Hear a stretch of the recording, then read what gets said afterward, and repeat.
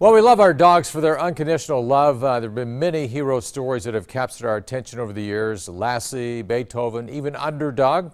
In depth tonight, Brian Master reports on how the name Sugar resonates in some metro neighborhoods.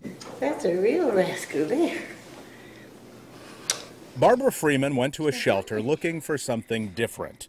Little Rascal wasn't it, but he picked her. This is the ball of energy right here. We've been through one behavior training class. We think we'll have to do another one.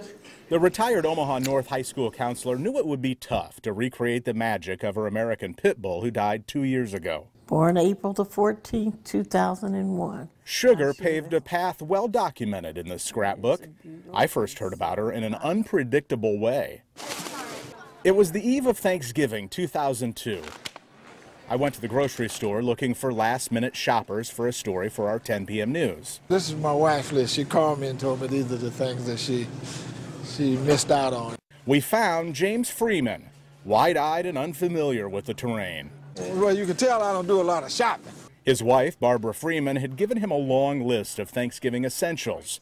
Clearly, he needed help navigating the aisles. Large can of Minute Maid lemonade, that frozen kind. Well, I'm gonna find some sage at. I can find me some cream cheese, that'll be all right. Eventually, his list was down to 2. Got to get a bottle of 7-Up. And guess what? I got to get my dog a steak. Can you believe that? Are you kidding? That's what she has.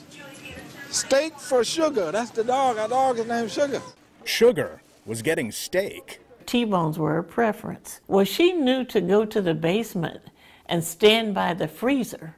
And if anybody would see her standing there, they knew that she did want a steak. Sugar eventually graduated from TV news to the bookstore. She's been published twice. The very first book was for children who lived in foster care or parents were divorcing or waiting to be adopted.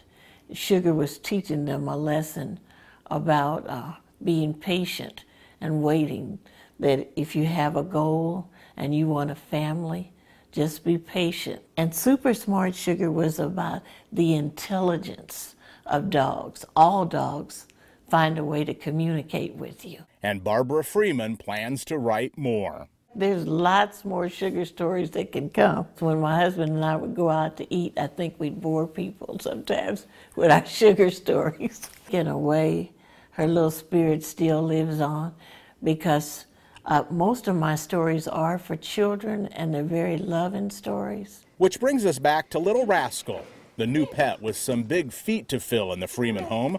One big difference already, the grocery bill. Does the Little Rascal get steak? No, Rascal does not like beef. In Omaha with photographer Jim Hinchik, I'm Brian Mastery reporting, WWT6 News. The Freemans used to keep a George Foreman grill on the counter for those occasions when Sugar needed a steak. By the way, James Freeman still ventures to the grocery store with a list.